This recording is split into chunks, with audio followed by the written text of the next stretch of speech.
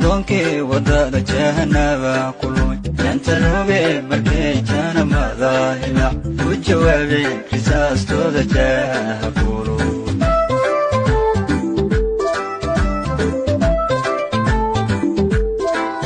janna donkey wadada jahanaba kulun janta robe markay jana madahila u jawaabe qisaastooda jahakuru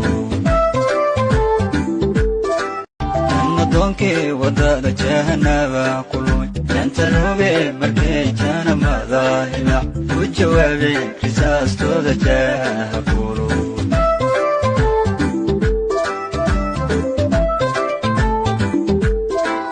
janna donkey wadada jahanaba kulun janta robe markay jana madahila u jawaabe qisaastooda jahakuru